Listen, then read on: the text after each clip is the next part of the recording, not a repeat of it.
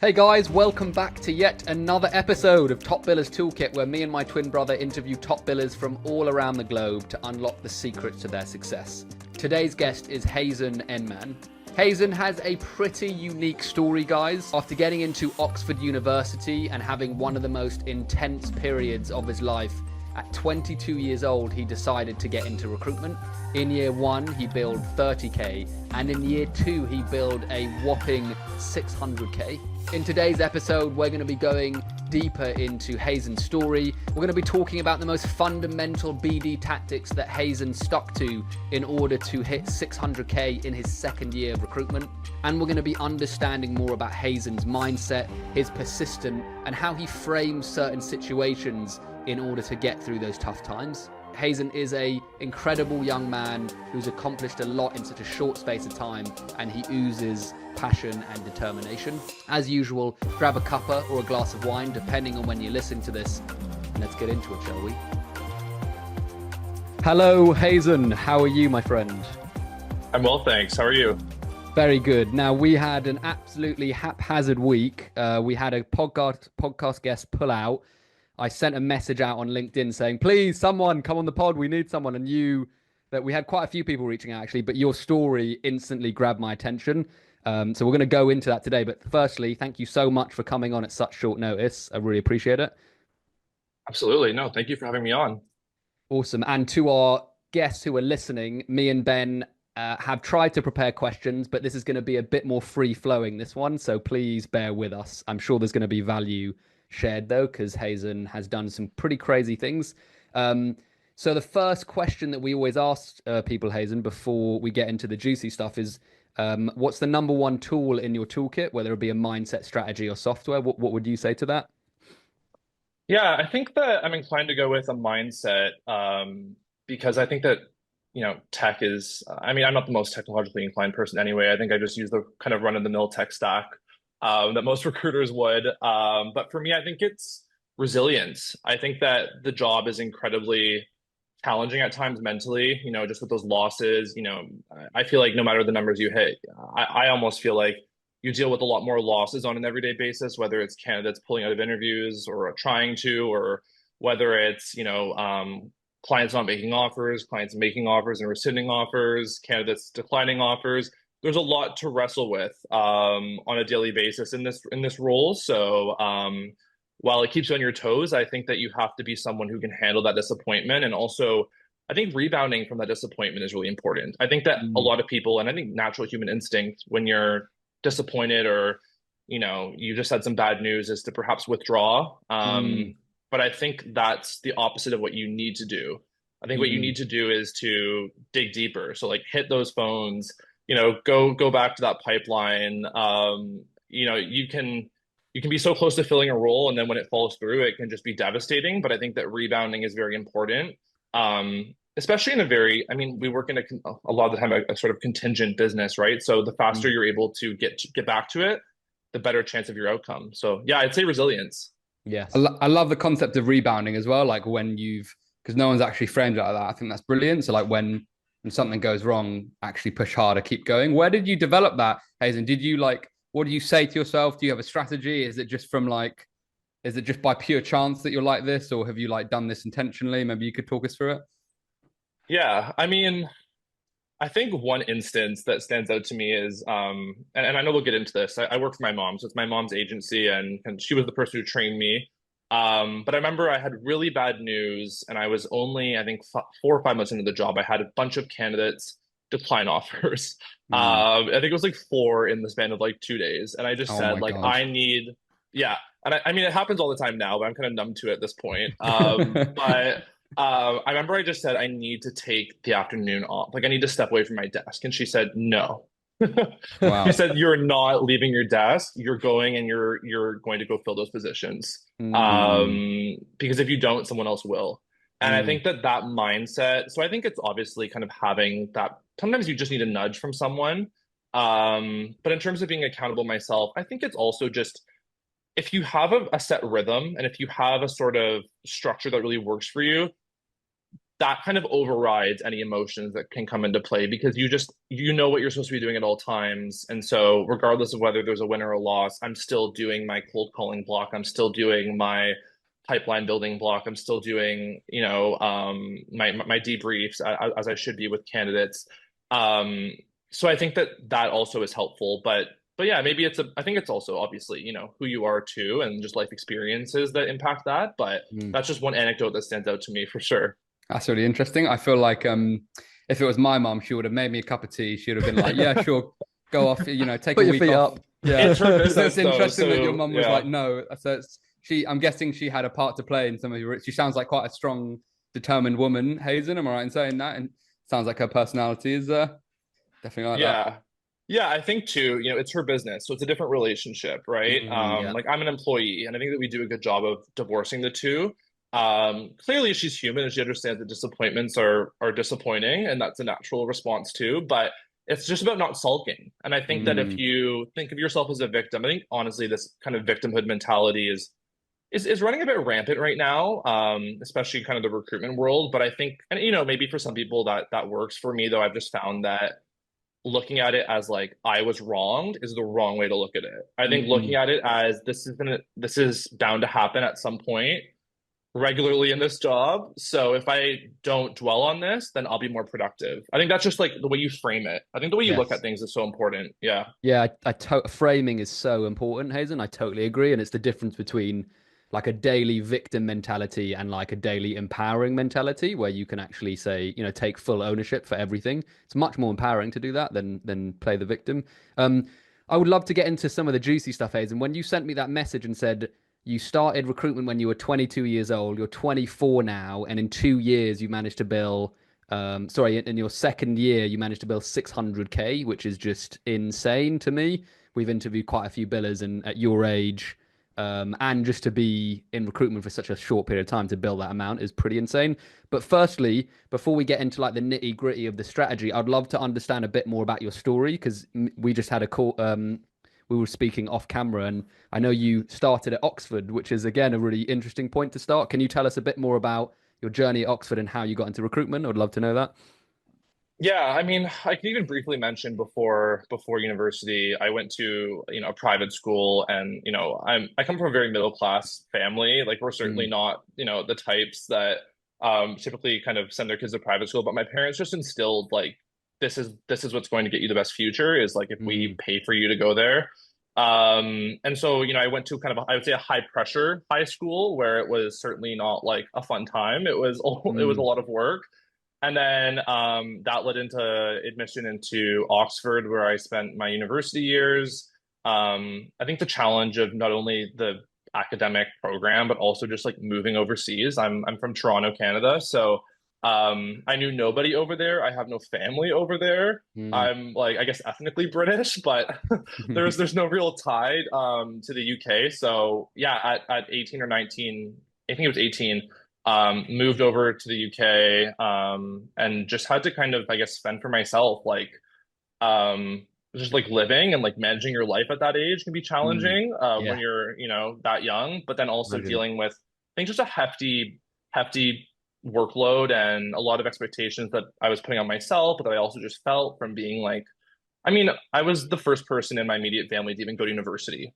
And then Wow. I was at Oxford. So like, my Mm. mom, my dad didn't go to university, so I was the only one. And I think too, I guess just over the years, I think we were chatting about this. It was went in with completely different ambitions than becoming a recruiter was certainly not on my radar. I had, when I was in high school, my mom's office was very close to my school, so I would go there after school sometimes and get a ride home with her or whatnot. So I was witness to the environment of recruitment. Like I Mm. saw kind of I was in the bullpen with her and her staff. I would hear about, the deals and that was kind of exciting for me as a young guy. But once again, never, I guess, saw myself getting into recruitment. Um, certainly had brought it up to my mom over the years and she just kind of shot it down like, you're going to Oxford, you're not going to become a recruiter. Which is funny how it's worked out. But yeah, I guess didn't have a job after graduating and she gave me a shot and it's worked out wonderfully. Yeah. Awesome. Yeah, crazy. Ben, we're gonna ask something. Sorry. No, go ahead. Cool. So we understand a bit about your background now. I would love to get into maybe your first like couple weeks of starting recruitment because you go from Oxford, which is a completely different environment, to recruitment. Yeah. What are the first things going through your head when you start this completely different world? I'm just curious. I mean, I was excited. I think that it felt more real. I think it felt real talking to normal people. I think that I enjoyed the break from like the very kind of academic way of thinking. It's very Mm, different to what you get in recruitment and I just think everyday society. mm. Um, and yeah, I mean, I started and my mom was like, I'm not paying you a base salary. That's Um, so crazy. and she's like, you're also not get like, I don't have the workflow because previously kind of her and her team just focused exclusively on what we call like A&D staffing. So architecture and design staffing. Yeah. So architects, interior designers, kind of that industry. But she said, I don't have the workflow there, and I don't feel like I really want you developing that any further. Like that's my kind of territory. So you should start engineering. I've worked at agencies. She had worked at agencies in the past before going out on her own, and she had always seen, I guess, the engineering divisions be busy or prospering. Mm. And so she sat me down and she said, "Okay, here's your training. You're going to Google engineering firms." I think she said start off with Ontario, and so I started off with Ontario. Just Googled engineering firms, amassed a list, put it into Bullhorn, and then she said call each one of them, cold call each one of them, and say, "Can I please speak to the person in charge of hiring?" And then pitch yourself. And that pitch, I think, like 300 calls later, over the span of like 3 or 4 days got me one job order, and that was exciting. I put every fiber of my being into recruiting for that role and ultimately filled it. Nice. And then I think it just sort of spiraled from there and it just gained momentum. Mm, cool. So off camera, you did say that you started cold calling, and then you told us that you felt like it wasn't necessarily getting you the returns that you wanted. Can you just tell us a bit about that transition and what was the next strategy that you decided to use? Yeah, that's true. So despite, getting a role and filling it off of cold calling, I did feel like I just made 300 or 400 cold calls. How do I only have one job order? And Mm, I think it's also, cold calling is just difficult. And I think too, it's a very personality based thing. I think yeah. that some people really thrive in a cold call. I think I identified myself as being like, I've always been a studious person. I've always been very kind of introspective. Mm, I work very hard, but I didn't find that I was getting the return on my investment. So I was putting in all these hours and maybe my technique wasn't great, but I just felt like it wasn't going anywhere, mm. despite making that one placement. So what I did is I took the bridesmaids candidates off that first placement, and these weren't amazing candidates. It was like an intermediate structural designer job. Like these weren't like the like A player candidates, but I just marketed those candidates out to Mm, like all the firms that I knew were hiring for them. mm. And obviously I had no technical expertise at that time. Like engineering is a big industry, let alone looking at all the different disciplines and all that too. And clearly I marketed those individuals out to places they should not have been sent. But what it did get me was it got me some traction. And I quickly identified that when I was cold calling, I was selling myself hypothetically as being competent. I was saying, I'm an engineering recruitment specialist, but I'm just telling you that. I'm not proving that to you in any way.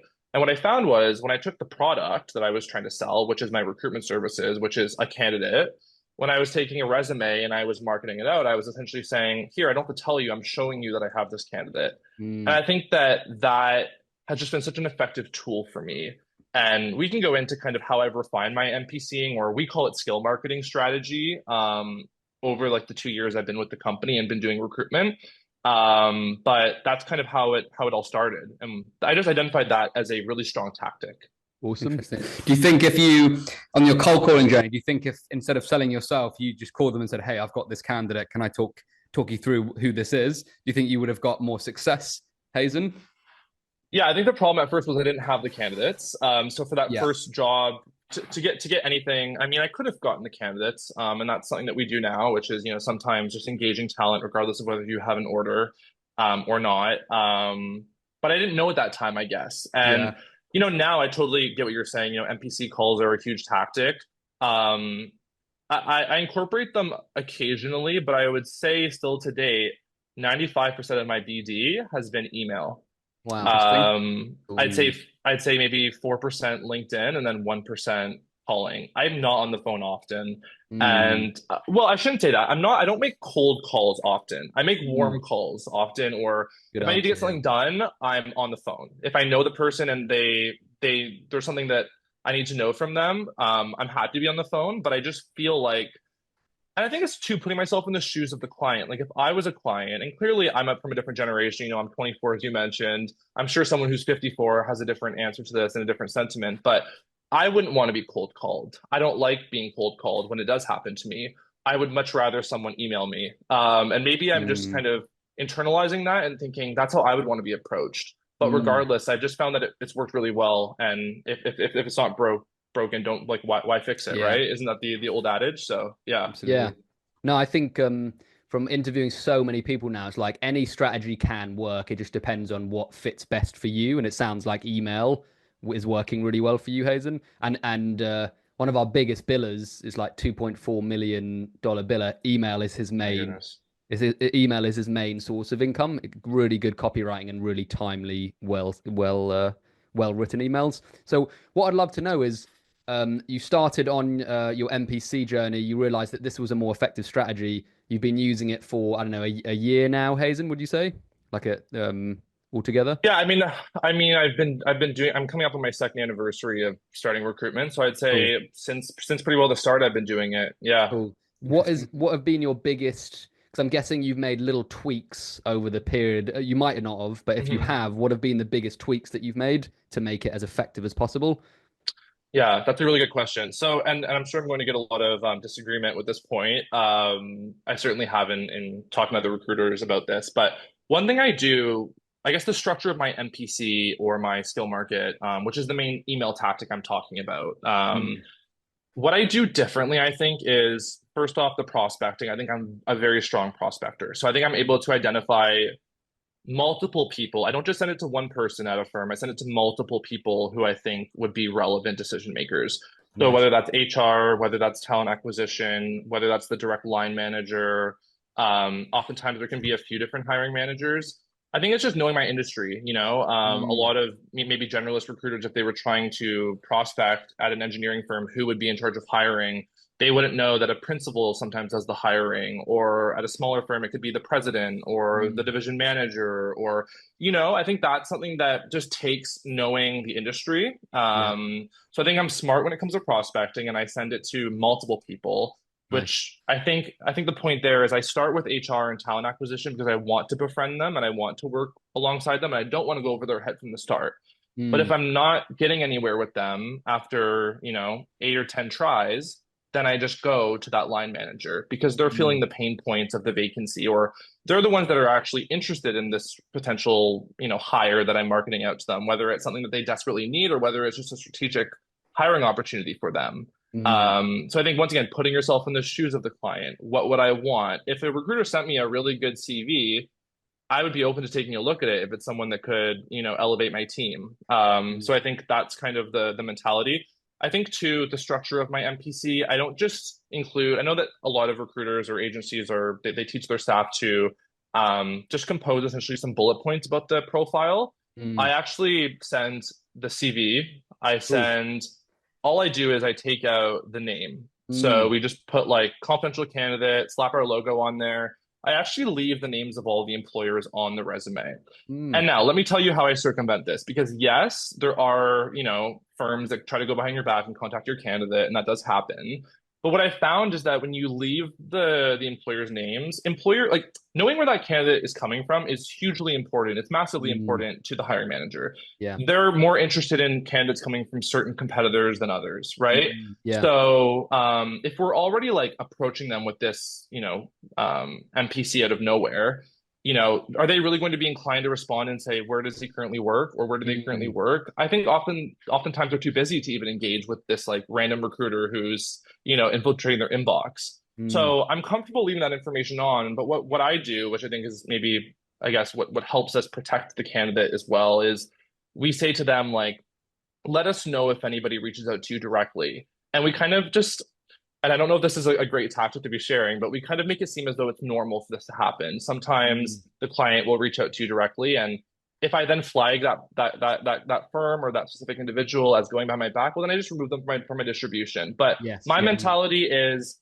I don't want to work anyway with someone who's going to be pulling those shady tactics. Yeah. Because Yeah. even if we have an agreement in place, there's always the risk of someone going behind your back, especially when you're then presenting names of candidates. Like my whole mantra is I don't want to work with any firm or company that doesn't respect the value add that I provide, right? And if that means that 100%. they're trying to cheat me out of a fee, well, even if I have an agreement, I don't want to have to be constantly checking to see if that candidate's started working there, Yeah. months Yeah. after presentation. So that's how I would say Interesting. the whole MPC works quite effectively for us. Awesome. Can I jump in? I'm just really interested in the prospecting because I feel like that's such an important part that probably a lot of recruiters don't get right. Mhm. Would you say the biggest difference with why you're good at prospecting, Hazen, is your understanding of who makes the decisions and also the number of people you send it to? Are those the two main things, or is there anything else I'm missing from that? Maybe persistence. You get met with a lot of objections. You get met with like, thanks, but stop sending us resumes. I don't stop sending resumes. If Wow. I know if I well, there's a distinction, right? If I know that they utilize other agencies, and a lot of what I do too is looking at my competitors all the time, looking Mm, at what jobs they're posting, identifying. I'm able to know all the companies, and I'm sure they know the companies that we work with. I'm just confident in knowing that even if they were to approach my clients, they're not my clients aren't entertaining them, or if they entertain them, we're still filling the job before they do. But mm, I know that if this company that I'm prospecting to utilizes agencies, I've identified that. I know, then I'm not accepting that they're not interested. What mm. I'll do instead is I'll stop sending to the person who told me not to send to them, but I'll still send to other people who are decision makers who haven't given me Interesting. that response. So the Interesting. firm doesn't get stopped. The firm doesn't become immune to resumes. Maybe that person I'll let off for a bit. Mm, Even then, there's been situations where I've been told by a specific prospect to stop sending resumes. And then months later, after I've stopped for a few months, then resumed, I send one resume. Thanks so much for sending. We'll review. Which yeah, shows you the interesting. inconsistency too, right? It's difficult as a recruiter to deal with that kind of bait and switch a lot of the time. Mm, But I think that just knowing that they understand that this is our main marketing strategy. They get so many CVs from actually completely random, like they get so many irrelevant CVs on a daily basis that surely mm. my accurate, strong CVs are not that offensive to them. And then if they also tell me to kick rocks, well, I guess I will then. Okay. Like it's not going to really impact me. I don't feel too emotional about it. I just look at it as I'm going after this, like a dog on a bone, and then it's okay if I ruffle some feathers in the process. Awesome. Can I just jump into that, Sam? Of course. Go Sam and ahead. Hazen. Sorry, just want to kind of go into that. It's Yeah. really Yeah. Go. interesting. So you said that you'll follow up between 8 and 10 times before you decide to go to leadership. So are you sending? So let's say let's say 8 times. Are you sending a new candidate every single time, Hazen, before, or are you sending one candidate and then two follow-ups and then a new candidate? Like, what does that sequence Yeah. look like before you decide to go to leadership? That's a really good question. So I don't do follow. What I meant by 8 to 10 times, I actually meant touch points. Got it. So I didn't Cool. Okay. necessarily mean 8 to 10 CVs. But what I will say is I don't follow up on CVs I've sent. Mm, Because to me, I would just rather focus on, and maybe it's because we've just been so busy that I haven't really had to do that. I don't mm, know. But what I will do instead is I'll do a warm call, a week later or something like that. cool. Maybe I'll make reference to that CV, but I feel like inundating them with like emails about a candidate, like that's a bit annoying. And Cool. Yeah. Very I get those interesting. marketing, yeah. And once again, like I'm also putting into practice what I feel works towards me, like when I'm being sold to. Mm. Mm. So when I get those like annoying emails where it's like just following up on this, just following up on this, I don't find that it works on me because I'm not interested, right? Yeah, yeah, yeah. Yeah. It's the most annoying. It's Maybe, actually the most annoying thing. Just someone just Yes. following up with the same thing. Yeah. So what are yeah. those 8 to 10 touch points? They're email first, then it's calling. So is it mixed between just emails and calls, or is there anything else in there, Hazen, that you're doing? Yeah, you know what? When my mom trained me, she actually gave me a specific structure, and I can probably pull that like my little notes on that structure from somewhere if I had to. It goes sort of along the lines of a cold call, a follow-up email, like introductory email with like our Mm. brochure and all that. And then I think it's sort of anyway, I can't remember all the 10 steps. Do I Okay, follow no that worries. to a T? No. Okay. As I've said, I've moved a lot away from even doing an initial cold call. What I will do though, for instance, is if I get interest in a resume that I've sent out and then they suddenly stop responding, I will then call, Cool. because you've gotten a bit of engagement from them. I think it's Mm. just it's thinking that, this person's responded to me. Now they've made themselves up for follow up. Yeah. I think that when they don't engage whatsoever, I just have to assume they're not interested. I think to a lot of recruiters, even when you look at engaged searches, right? Like we work on contingency, there's a lot of time wasted. If I submit profiles to a client and they fail to respond to me, yes, I'll follow up maybe once, maybe twice, but after that, it's just done. I'm moving on now to Mm. something that's income, that's revenue generating. While knowing in the back of my mind, I'm no longer working with that client on engaged searches. I'll market to them, but I'm no longer wasting my time if they don't respect my time. So it's a Mm. lot about that too, is just like not getting bogged down in like expecting a response. Like you're Yeah. lucky to get a response is my mentality. Yeah. Can I just clarify then? So 8 to 10 times might have been the original structure, Hazen. So what, as of today, what's working? Would you say like? Because I remember we spoke to another guy called Dante, and he said that I think he said between 5 and 6 touch points is where he gets the best response rate. Do you have any idea like at what point do you typically get the best response rate in your kind of sequence at the moment? Honestly, I find that it's earlier than that. I find that by Mm. the second or third CV, once again, these are specifically tailored and targeted CVs. I'm not just sending them, irrelevant profiles. These Yeah. are profiles that are genuinely strong candidates Yeah. that Yeah. Mm. that would be great additions to their team and do the type of work that they do. And I know that inside and out due to my mastery of my niche, right? Mm. But I would say it's around the second or third time. Occasionally we'll get people trickling in, in the 5 to 8 range. After 10 though, I just immediately change the prospect. I just, Yeah. I might still market, but I'm now pursuing another prospect a lot more steadfastly. Mm. Got it. Interesting.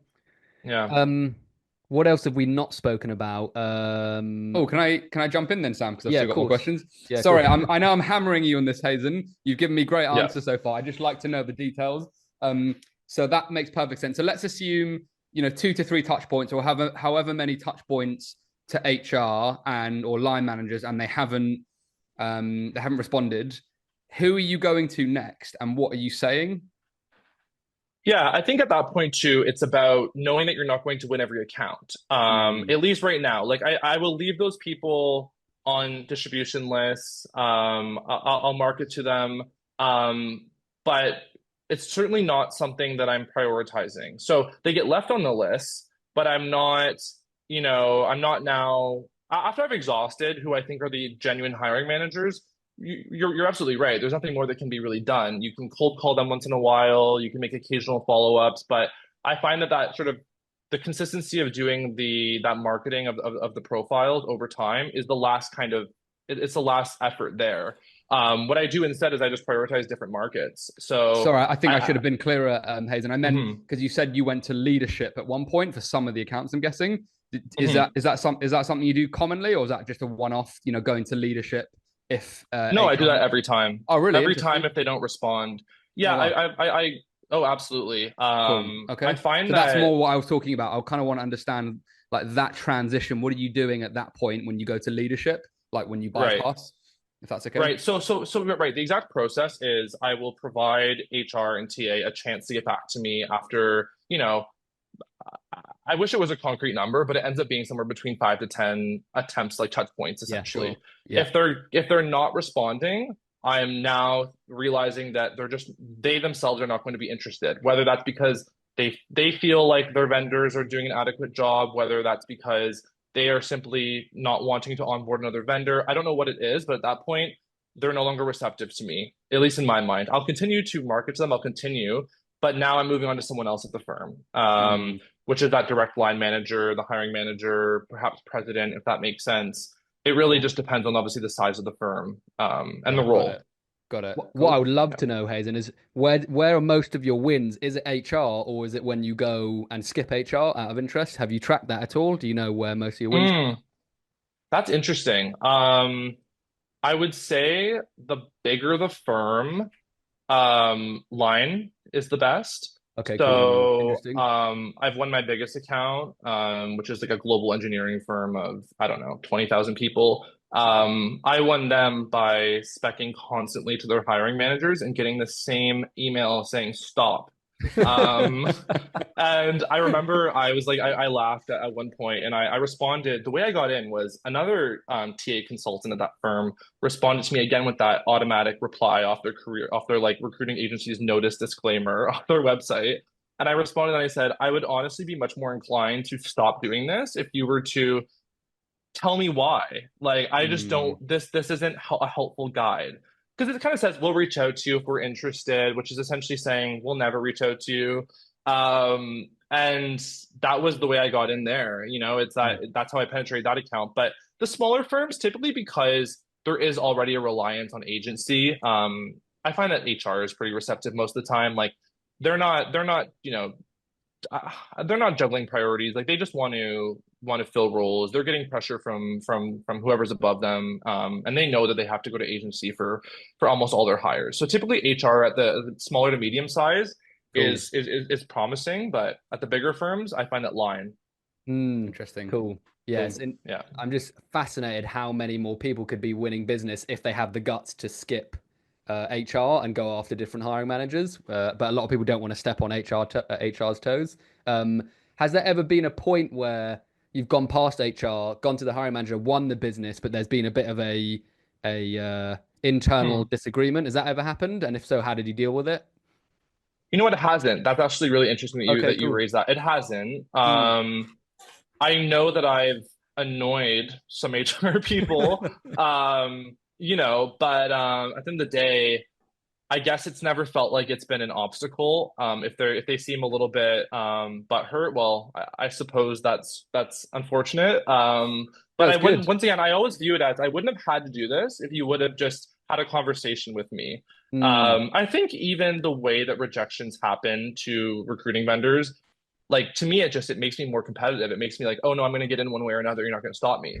Mm, I think if they mm. would even like let you on a bit and kind of like make it seem like they're going to, but then never, maybe they would even like play me like that. But when they just send that blurb or just give kind of generic responses saying to stop contacting us, when I know that they actually do utilize agencies, it's not a deterrent for whatever Mm. reason. But no, in response to your question, no, I've never felt like there's been a Yeah, that's sort of good.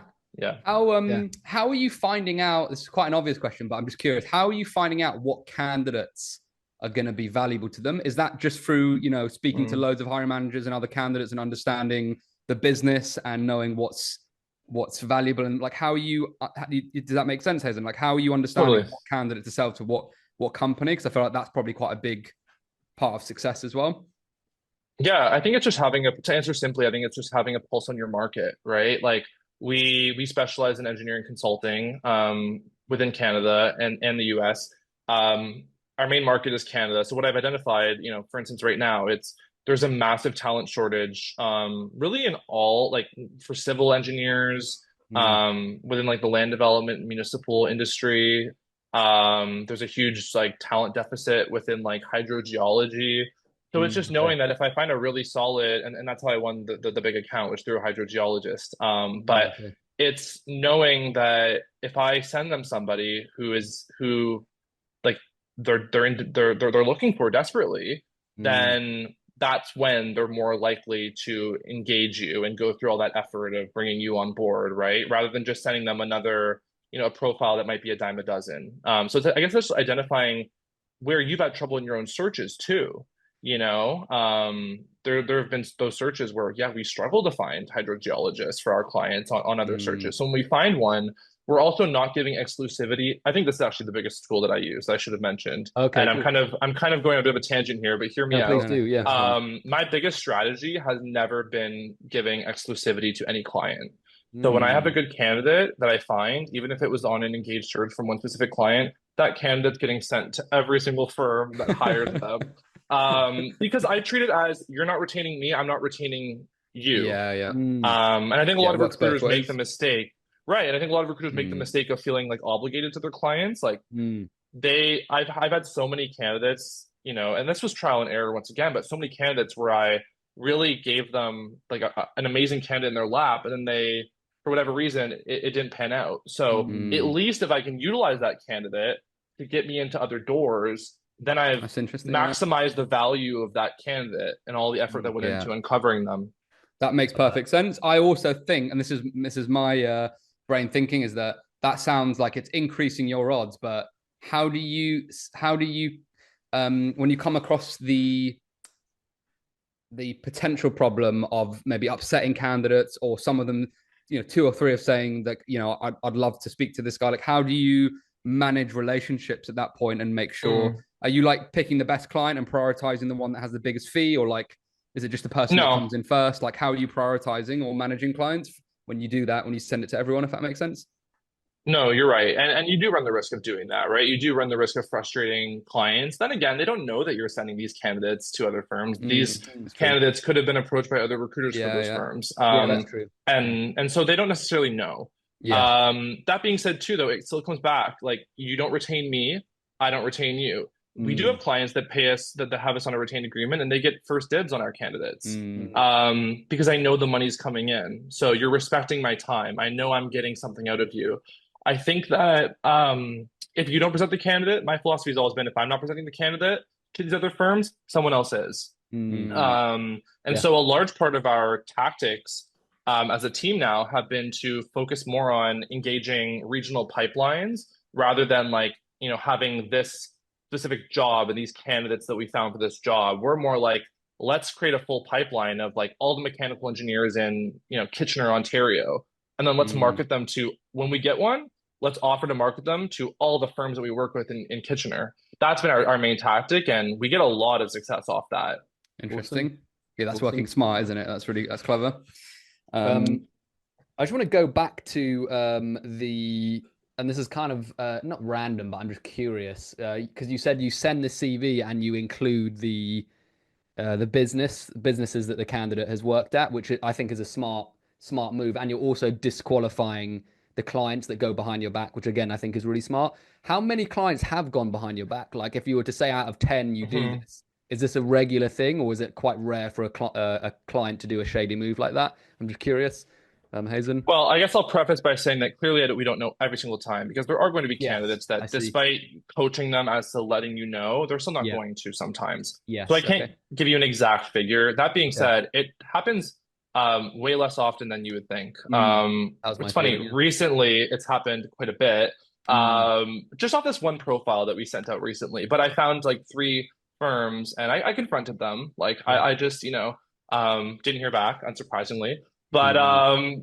it's just about knowing that that's not someone I want to work with then. And now we're Yes. removing you Mm. from the distribution. And if your candidates have trust in you, Mm. it's a powerful thing. Yes. And if they know, what ended up happening was that candidate that was approached by all these firms that went behind our back, he still got like several interviews through us. So he had Mm. that trust in us that we found him these great opportunities with leading firms. Yeah, And so that's those other interesting. companies approaching him for whatever reason, I guess he had that trust in us, that's come a long way for us, is like our candidates trusting us. And when we tell them that, they tell us. But honestly, it doesn't happen often. And I'd say Yes.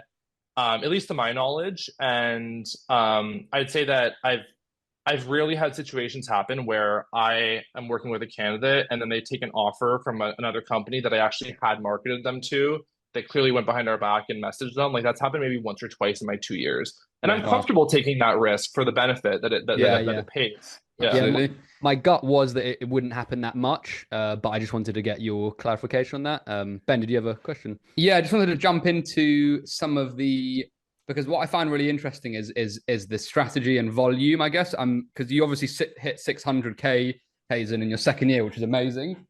Did you have like a detailed plan of like, I'm hitting 600K in the second year and this is how I'm doing it? Or was it just a result of like constant activity? And, did you, for example, have a plan where you were okay, I'm going to MPC, I'm going to do 10 emails a day, I'm going to do 20 emails a day, 5 calls? Like, what was was there a plan to hit 600K? Did you have like a day plan, a weekly plan, a monthly target? How did that work? Yeah, that's a good question. I wish I could sit there and say that I did have this, manifested in my mind, but that wouldn't be true. Okay. I think what I identified was so yeah, you're right. It was like it was my first full year of recruiting because I had done it for 6 months, and then it was in that following 12-month period that I did the 600,000. Got it. Um, but I think what I realized was, well, I can't just do, the 32,000 that I did in my first 6 months. Like that can't happen. I have Mm, to make money. I have mm, loans to pay off. So I think it was just, a lot of just feeling like, okay, I have to grind. But I think it was also working smart in the sense of that was my strategy from the start. And that was everything that was taught to me. mm, The idea of like marketing constantly, marketing every candidate. I know a lot of agencies teach like once a week NPCing. I was doing it like 3 to 4 days a week.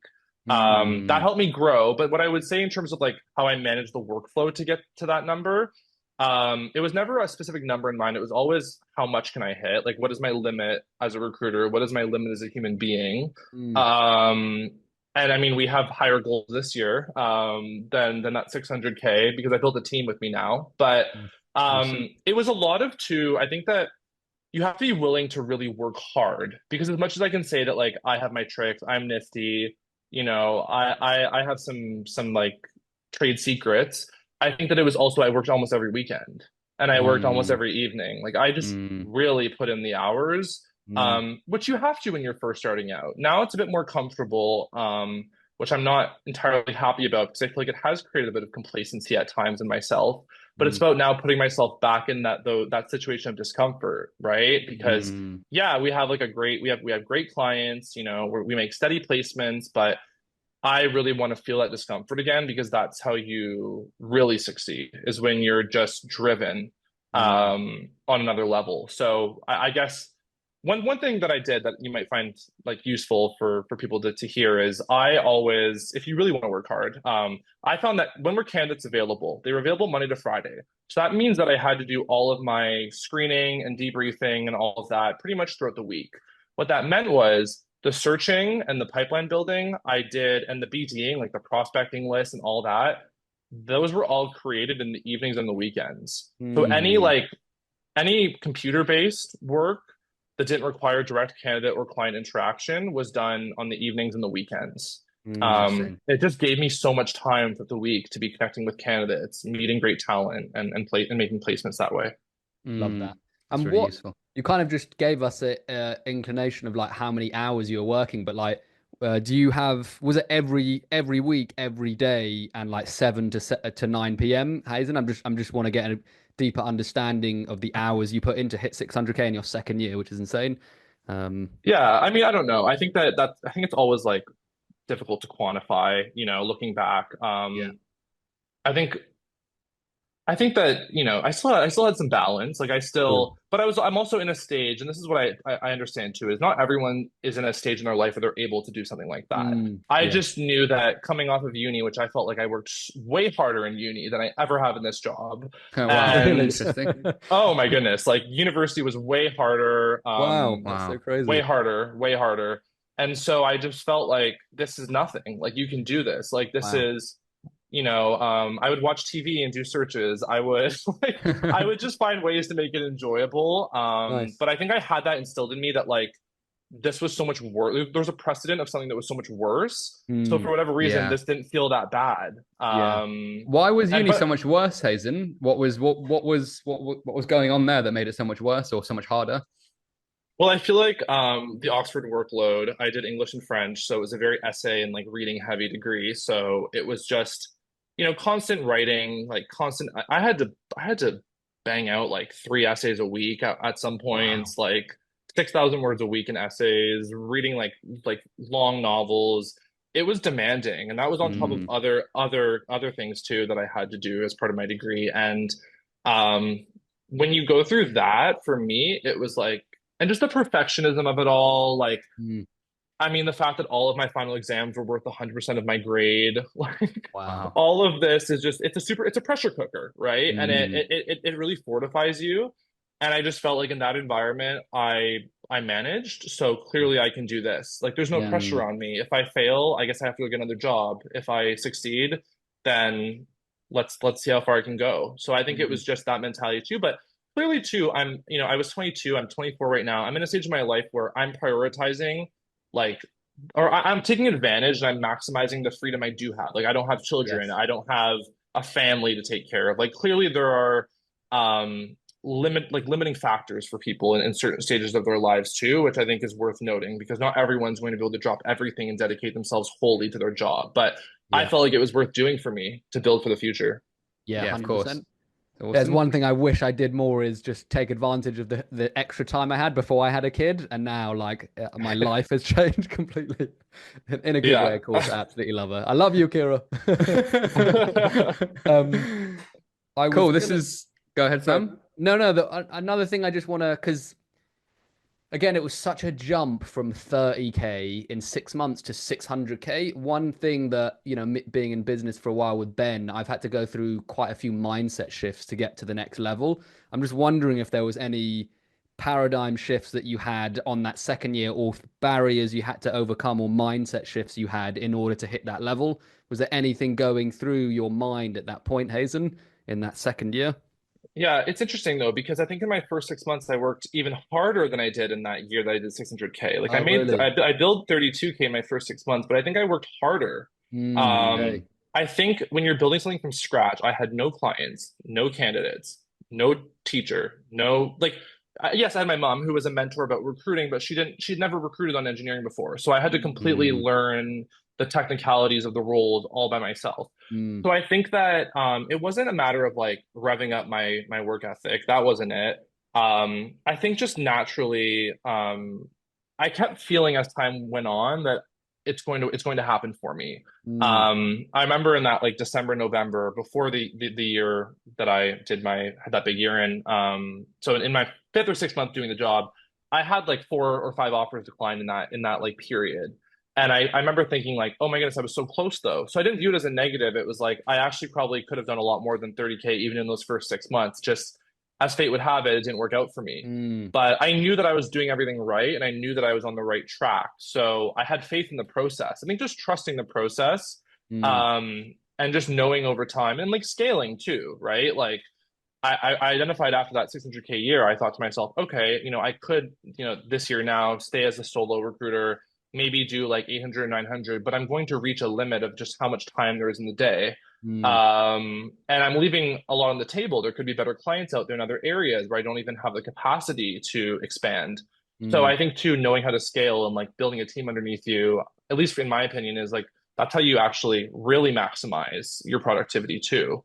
Mm. There's challenges that come with that, of relying on other people and having other people and training other people. But I think too, yeah, it's not been a matter of like something in my mindset changed. I think Mm. it was just as time has gone on, I've just gotten busier and busier and busier, and the process has kept working out. So it's about just Mm. mm, not stopping that, not getting comfortable, just keep driving forward. Love that. mm. Really interesting. Cool. Awesome. Is there anything else, Hazen? I asked this to everyone, and you've given an insane amount of value, so thank you. Um, is there anything else that we haven't spoken about that you think other recruiters listening to this right now might find valuable, with regards to BD, with regards to anything to do with billing, hitting bigger numbers, getting more business through the door? What's your feeling? I mean, we've covered a lot, but I think one thing that I don't know if I've mentioned it yet, but one key to both myself and a lot of the people we have on our team now is, well, I've always been, full commission, and I'm not sure whether this is it's something that just forces a mindset, Mm. but when you don't have something to fall back on, I think it Mm, does breed some motivation. Mm. Our top performers are on pure commission that's at our interesting. agency. And Crazy. I just think that it's that mindset of like you have to be money motivated to do this job. I mean, Mm. in my opinion, I don't know why I would put myself through the day to day if there wasn't something very fulfilling. And maybe that's different for other people, but I think that for me, knowing that money was my motivator, depriving myself of the comfort of a salary was how I've been able to constantly be chasing more, Mm, right? So I think, clearly work ethic is a big part of BD success. It's a big part of recruitment success. So if you can just find ways to almost like manually inject motivation and work ethic, that can be a tactic too. that's a Mm. brilliant. Yeah, it's really, really interesting, actually. Yeah. Um, really fascinating. And I hear this all the time, like the best billers and the best salespeople always ask about commission, and they're always more concerned about commission than base salary because they have confidence in themselves and they know they can hit those numbers, which is interesting. Cool. Really, really great answer, Hazen. Thank you so much. Sam, did you have anything that you wanted to jump in with? Yeah, I guess just like what's your next goal you want to hit, like financially, and anything else that you're looking for in the next year or so, Hazen? I'm just curious now that you've hit 600K in your second year, which is insane for, any recruiter. What's the next goal you're trying to hit? Yeah, that's a good question. And I appreciate the interest. But yeah, I think that goal is to like, yeah, you can say like, oh, I want to do 1 million. I think too that it becomes the dangling carrot, theory of like, when is enough enough? I think for me, it's less about money now because, I feel comfortable and that's fine. I think it's been about growing the team. Cool. After COVID, my mom had to reduce it to just her and one other person. And since then, I've been able to hire 3 people underneath me. Nice. Wow. So I joined and we've hired 3 people. So just the growth is really exciting. Like there's something about doing it alone. And, I know that I can always do this job alone and I can, I can bill, high numbers or whatnot. But I think that there's a lot of satisfaction in like having a team underneath you, like providing employment to people, like to good people. And seeing them succeed and like teaching them your tactics and also just like growing and expanding our client roster and being in different provinces, covering a larger territory, doing more in revenue. I think scaling is what's exciting for me. And so over the next couple of years, that's really our main kind of goal. And yeah, of course the numbers, you always try to exceed what you've done the year prior. It might get to a point where you can't really do that, but yeah, I've really derived a lot of joy in just like training people and working with people and just building like a really good kind of culture here of like performing at a high level and giving yourself that financial freedom. Because it's certainly like I could have never have imagined that I'd be in this situation from where I was when I finished university just 2 years ago. So that's what I'd say. Yeah. Awesome. Yeah.